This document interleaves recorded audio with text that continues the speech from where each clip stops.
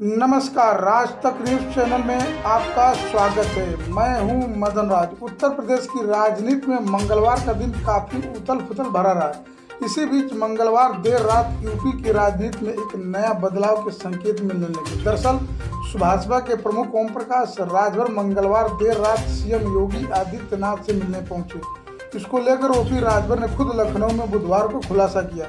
ओम प्रकाश राजभर ने कहा कि राजभर जातियों को 8वीं अनुसूचित जाति की सूची में शामिल करने को लेकर हाई कोर्ट ने आदेश दिया था। 2 महीने पहले में केंद्र सरकार का प्रस्ताव भेजकर आगे की कार्रवाई को लेकर कोर्ट ने कहा था। इसी विषय पर सीएम योगी आदित्यनाथ से मेरी मुलाकात हुई।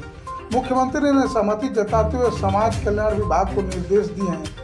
भाजपा प्रमुख ने कहा कि मुख्यमंत्री ने निर्देश दिए हैं कि विधिवत प्रस्ताव बनाकर केंद्र को भेजा जाए।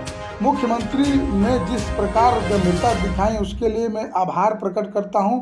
इसके अलावा भूमाफिया बताकर गरीबों के मकान रंजिश के चलते गिराए जा रहे हैं, इस पर भी मुख्यमंत्री ने तत्काल आवश्यक कार्रवाई के लिए कहा है।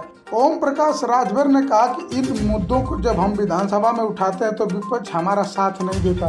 26 सितंबर से हम सावधान यात्रा शुरू कर रहे हैं, उसे सफल बनाने के लिए सभी लोग आगे आए। ओपी राजभर ने आगे कहा कि लाल बाग चौराहे का नाम महाराजा सुहेलदेव के नाम करने की बात मुख्यमंत्री ने कहा, इसके लिए मैं उनका धन्यवाद देता हूं। ऐसा ही खबरों के लिए आप देखते रहिए राज तक न्यूज। एक हाई कोर्ट ने एक आदेश दिया है, ये फाइल है आदेश की। 17 जातियों ये भर राजभर जाति 8वीं विधानसभा जब सत्र चला था उसमें अनुसूचित जनजाति में शामिल करने के लिए प्रस्ताव यूपी गवर्नमेंट ने बनाया, लेकिन वो यहीं रह गया। उसी प्रस्ताव को लेकर के हाई कोर्ट में रिट दाखिल हुई। हाई कोर्ट ने 11 मार्च 2022 को एक आदेश दिया कि 2 महीने के अंदर उत्तर प्रदेश सरकार केंद्र को प्रस्ताव भेजकर अनुसूचित जनजाति में शामिल कराने का काम करे। 2 महीना बीत गया, सरकार ध्यान या सुध नहीं ली। उसके बाद फिर हमारे साथी कोर्ट गए, तो कोर्ट ने 1 महीने का फिर नोटिस दिया कि 1 महीने के अंदर इसको करके अवगत कराएं। इस बात को लेकर के कल मैं माननीय मुख्यमंत्री जी से रात को 8:30 बजे के लगभग मिला और उनको पूरी बात से अवगत कराया कि समय समय पर भर राजभर जाति को विमुक्ति जाति का शासनादेश प्रमाण पत्र जारी करने का भी आदेश हुआ है और जाति प्रमाण पत्र बना है। तो ये जाति विमुक्ति जाति में 19 जातियां थी, 1 से लेकर 19 तक 17वें नंबर पर भर जाती है। शेष जातियां कोई अनुसूचित जाति में चली गई, कोई जनजाति में चली गई, ये छूट गई। तो इसको अनुसूचित जनजाति में शामिल किया जाए, इस बात को कल माननीय मुख्यमंत्री जी ने, मैं पूरी फाइल लेकर के गया और उनसे बातचीत हुई तो उन्होंने अपनी सहमति जताई और समाज कल्याण को तुरंत उन्होंने आदेशित किया कि ये प्रस्ताव बना करके तत्काल भारत सरकार को भेजा जाए। और ये होने से जो निचली पायदान पे खड़ा भर राजभर जाति, आज इसके न IAS है न IPS है, न कहीं दरोगा मिलते हैं, न सिपाही मिलते हैं, न बाबू मिलते हैं। ये काम हो जाने पर पहले इनको शिक्षा में सहूलियत मिलने लगेगी, नौकरियों में इनको सहूलियत मिलने लगेगी। ये प्रयास हम लोग बड़े लंबे समय से कर रहे थे और जिस तरह का माहौल कल माननीय मुख्यमंत्री जी ने जिस तरह पढ़ती पूरी बात को समझा और आदेश दिया, इसके लिए हम माननीय मुख्यमंत्री जी को बधाई देते हैं कि आपने हमारे विषय को लेकर के गंभीर हुए और इसको प्रस्ताव भेजने का। दूसरा, हमने एक प्रस्ताव दिया था भूमाफियाओं की आड़ में। भूमाफियाओं की आड़ में जो गरीब, कमजोर, वंचित, पिछड़े दलित हैं, जो 50 साल 60 साल से बसे हुए लोग हैं जमीनों पर, वो भूमिहीन हैं, वो भूमाफिया नहीं हैं, लेकिन गांव में रंजिश बस इनके मकान गिराए जा रहे हैं। इस संबंध में भी माननीय मुख्यमंत्री जी से कल मैंने चर्चा की। उन्होंने कहा कि इसके पहले मैंने एक आदेश जारी किया हूँ और ठीक है। तो फिर उन्होंने तुरंत बुला करके प्रमुख सचिव को कहा कि देखो ये मामला संज्ञान में आया है, इसको तत्काल जो है इस तरह की कार्रवाई न हो, गरीब कमजोर न उजाड़े जाए भूमाफियाओं की आड़ में, इस पे त्वरित कार्रवाई। ये दो मुद्दों को लेकर के कल मैं माननीय मुख्यमंत्री जी से मिला और मिल करके उनको अवगत कराया। तो आप लोगों के माध्यम से ये मैसेज हमारे समाज के, जब सदन में हम इस बात को लड़ते हैं तो ना तो सपा के राजभर नेता बोलते हैं, ना बीजेपी के बोलते हैं। कोर्ट के आदेश के बाद भी कोई साहस नहीं जुटा पा रहा था। अगर ये नेता माननीय मुख्यमंत्री से मिल लेते तो या तो पार्टी से निकाल दिए जाते, ऐसा भय सताता है, ऐसा लोगों को भय सताता है। और आज जब हम मिले हैं तो तरह तरह की चर्चाएं लोग कर रहे हैं।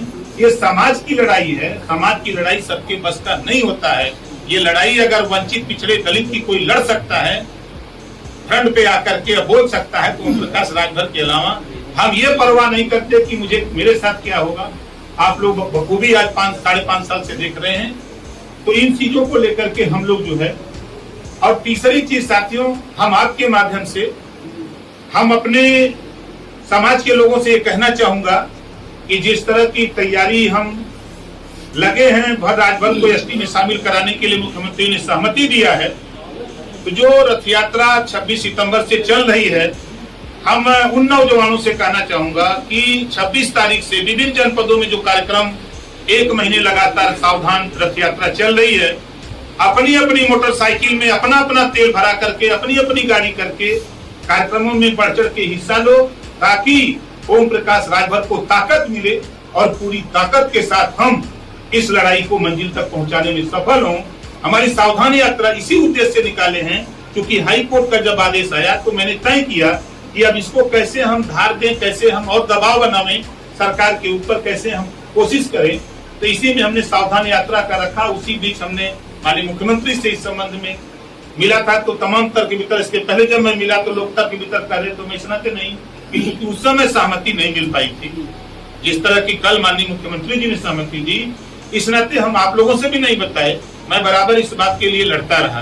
तो कल जिस तरह मुख्यमंत्री जी ने सहमति जताई है, फिर मैं मुख्यमंत्री का आभार व्यक्त करता हूँ, बधाई देता हूँ।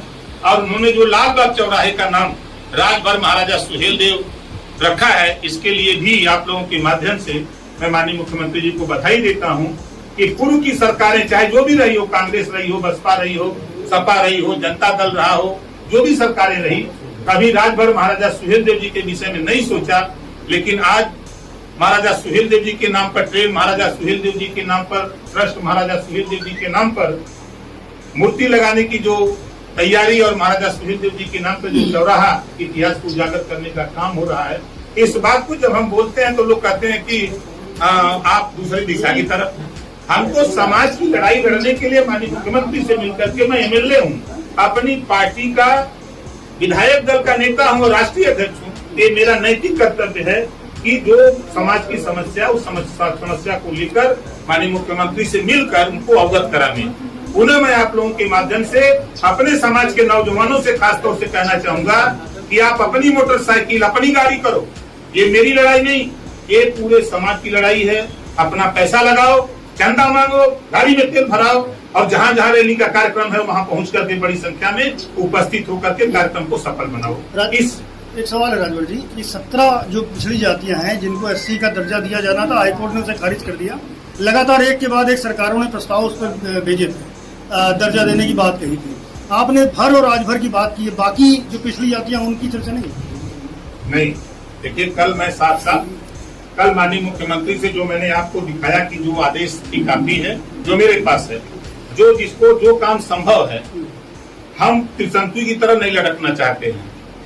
अखिलेश यादव जी की सरकार थी, इन्होंने त्रिशंकु बना के लटका। कांग्रेस की सरकार थी, बसपा ने प्रस्ताव 17 जातियों को एससी में शामिल करने का भेज दिया, लेकिन बहुजन समाज पार्टी के सहयोग से कांग्रेस की सरकार थी। पिछली बार भारतीय जनता पार्टी माननीय मुख्यमंत्री योगी आदित्यनाथ जी ने भी प्रस्ताव बनाया, भेजा, लेकिन ये सारे प्रस्ताव खारिज हो गए, हाईकोर्ट ने खारिज कर दिया। तो ये सरकारें जब रहती हैं, प्रदेश के सहयोग से केंद्र में सरकार रहती है, तो ये केंद्र से प्रस्ताव पास क्यों नहीं कराते हैं? तो ये 17 जातियों को एक तरह से त्रिशंकु बना करके रखने का काम, जुमला बोल करके, ये जुमला दिखा करके वोट लेने का काम सपा ने भी किया था, बसपा ने भी किया था, कांग्रेस ने भी किया था। 80-81 अष्टम विधानसभा जो 8वीं थी, 81 81 में विधानसभा से पास हुआ कि भर राजभर को अनुसूचित जनजाति में शामिल कर दिया जाए, केंद्र को प्रस्ताव भेज दिया जाए। उसके बाद सपा की भी सरकार आई, बसपा की भी सरकार आई, लेकिन किसी ने इसको सुध नहीं लिया। हम लोग पिछली बार भी माननीय मुख्यमंत्री जी से बार बार हम लोग इस मुद्दे को लेकर मिलते रहे, लेकिन ठोस कोई जवाब नहीं मिला। तो फिर हम लोग कोर्ट का सहारा लिया। हमारे साथियों ने जब कोर्ट से आदेश हुआ तो फिर इस मामले को लेकर 2 बार मैं माननीय मुख्यमंत्री जी से मिला था। तो मुख्यमंत्री जी ने कहा कि अभी और साक्ष्य इसके विषय में ले आओ तब हम देखें। फिर दोबारा जब रिमाइंडर हम लोगों ने कोर्ट को दिलवाया तो कोर्ट से जब आदेश हुआ कि 1 महीने के अंदर इसको कर दिया जाए, तब फिर इस बात को लेकर के मैंने फाइल मंगाई, क्योंकि इसको नकल लेने में थोड़ा टाइम लगता है, बड़ी लंबी प्रोसीजर वहाँ होता है। तो नकल जब मिल गई तो फिर कल मैंने टाइम लेकर के ये माना जा सकता है कि ओम प्रकाश राजभर अब केवल भर और राजभर के हितों के अधिकारों की लड़ाई लड़ेंगे। हाई कोर्ट के आदेश को लेकर के मैं माननीय मुख्यमंत्री से मिला हूँ। जो आदेश है इसका पालन कराने के लिए हमारी लड़ाई वंचित, पिछड़े, दलित, अल्पसंख्यक सबकी लड़ाई है, लेकिन कोर्ट के आदेश का पालन कराने के लिए मैं माननीय मुख्यमंत्री से मिला। अच्छा, आपने कहा कि सत्ता पक्ष विपक्ष, जब हम विधानसभा में बात अपनी उठाते हैं तो विपक्ष के जो समाजवादी पार्टी है, जो पार्टियों के नाम आप ले रहे हैं, वो हमारे साथ खड़े नहीं होते हैं। मुख्यमंत्री योगी आदित्यनाथ से आप मिल करके आए, उन्होंने आपको भरपूर आश्वासन भी दिया और कार्रवाई भी, जैसा आप बता रहे हैं, कि आगे बढ़ाई है। तो मान के चले कि विधानसभा में आप सत्ता पक्ष के साथ रहेंगे? भाई हम मुद्दों के आधार पर हम लड़ेंगे कि हम सत्ता पक्ष के साथ हैं। नहीं, साथ आपको मिला ना सत्ता पक्ष का। देखिए, इस मुद्दे को SC ST के मुद्दे को लेके उन्होंने कोर्ट का आदेश का पालन करने के लिए कहा है। ये नहीं कहा कि आप सदन में हमारी मदद कीजिएगा, ये उन्होंने नहीं कहा। आपने सदन की चर्चा आप लेगी ना। आप जनजाति, SC या ST, जनजाति, जनजाति। ये अभी अध्यक्ष जी, आप जो है कल मुख्यमंत्री से मिलकर आ गए। बारी सवाल, बारी अध्यक्ष जी, एक सवाल है, आप कल मुख्यमंत्री से मिल करके आए और उधर जो है बसपा सुप्रीमो अखिलेश यादव के समर्थन में ट्वीट कर रही है। करने दीजिए। अगर मायावती जी इस काम को कर दी होती तो आज कल मैं क्यों मिलता? अगर अखिलेश यादव जी कर दिए होते तो क्यों मिलता? 4 बार समाजवादी पार्टी की सरकार थी, 4 बार बसपा की थी, लेकिन इन लोगों को किसी को दिखाई नहीं दिया। समाज के भी नेता उसमें मंत्री हुए, विधायक हुए, सांसद हुए, स्पीकर हुए, लेकिन किसी को दिखाई नहीं दिया। अगर दिखाई दिया, लड़ाई समझ में आई तो ओम प्रकाश राजभर को। अगर मैं इस बात को लेकर मिला हूँ तो कोर्ट के आदेश का पालन कराने के लिए मिला। आप सावधान यात्रा आदेश जारी किया है, उसमें ये कहा कि 17 जातियों वाला सर्वे फिर से कराएंगे वो, और वो होता रहे, जारी कर दिया। वो सर्वे होता रहे। ये तो हम जब से पैदा हुए तब से सर्वे हो रहा है। राजभर जी, आप सावधान यात्रा निकाल रहे हैं और उसमें आपका जो मोटिव है वो ये है कि विपक्ष से सवाल पूछने हैं, जबकि आप खुद विपक्ष में हैं और आपको तो सत्ता पक्ष से सवाल पूछने चाहिए। हम कहाँ सवाल विपक्ष से पूछ रहे हैं? विपक्ष से सावधान, विपक्ष से सावधान। जब आप उठाएंगे हमारे ऊपर, हम आपसे सवाल करेंगे कि हम जाएंगे इनसे करने के लिए। अरे आप सवाल तो अखिलेश यादव भी खड़ा कर रहे हैं, तो अखिलेश से न पूछेंगे कि आप सत्ता में तो आपने इस काम को कर दिया होता। आपकी सरकार उत्तर प्रदेश में 4 बार थी, दिल्ली में आपके समर्थन से कांग्रेस की सरकार थी, आपके पिताजी रक्षा मंत्री थे। अगर ये कर दिया होता तो आज इस प्रस्ताव को लेकर मैं क्यों जाता? तब तो नहीं जाता। डबल इंजन की सरकार सवाल नहीं पूछेंगे? क्यों पूछेंगे? देखिएगा, आज पूछेंगे। ये यात्रा आपके 26 तारीख को आप सादर आमंत्रित है। 9 बजे सावधान यात्रा पार्टी कार्यालय से निकलेगी। अम्बेडकर नगर, बनारस, आजमगढ़, मऊ, बलिया, गोरखपुर, देवरिया, श्रावस्ती, बलरामपुर, गोंडा, 17 कार्यक्रमों में हम इधर पूर्व में रहेंगे। 2 कार्यक्रम, एक कार्यक्रम में आपके बुंदेलखंड रहेंगे, 3 कार्यक्रम में हम रहेंगे पश्चिम में, और 4 कार्यक्रम में हम मध्यांचल में रहेंगे। बिहार की बड़ी परिक्रमा कर रहे हैं, बिहार की बड़ी परिक्रमा कर रहे हैं। जो है देखिए, 22 अक्टूबर को जो गांधी मैदान पटना कार्यक्रम है, हम 2004 से बिहार चुनाव लड़ते हैं। आज लोगों को समझ में आया है ना, क्योंकि जब सावधान यात्रा निकाले हैं तो यहाँ से सावधान यात्रा जब पटना जाने लगी, थोड़ा दूरी बढ़ी तो लोगों को चिंता बढ़ी। तो गांधी मैदान पटना जो हमने कार्यक्रम रखा है सावधान महारैली, ये हम 2004 से वहाँ चुनाव लोकसभा विधानसभा का लड़ते हैं। ऐसा नहीं, कोई नई बात हम नहीं जा रहे हैं। हाँ, ये जरूर है कि इस बार थोड़ा जोर शोर ज्यादा लगाए हैं, चर्चा ज्यादा है, इस नाते आप भी सवाल कर रहे हैं। राजभर ये बताइए कि आप बोलते थे सिर्फ भाई राजभर को अनुसूचित जाति में शामिल करने का जो कोर्ट ने आदेश दिया है, एक तो ये मुद्दा था। गांव में गरीब कमजोर भूमाफिया के नाम पे जो उजाड़े जा रहे हैं, इन दो चीजों को लेकर ही मात्र मैं मिला हूँ, ना किसी भूमाफिया को बचाने के लिए। हम समाजवादी पार्टी के नेता नहीं है। 83 मुकदमे हो और जाके मुख्यमंत्री से कहेंगे बचा दो।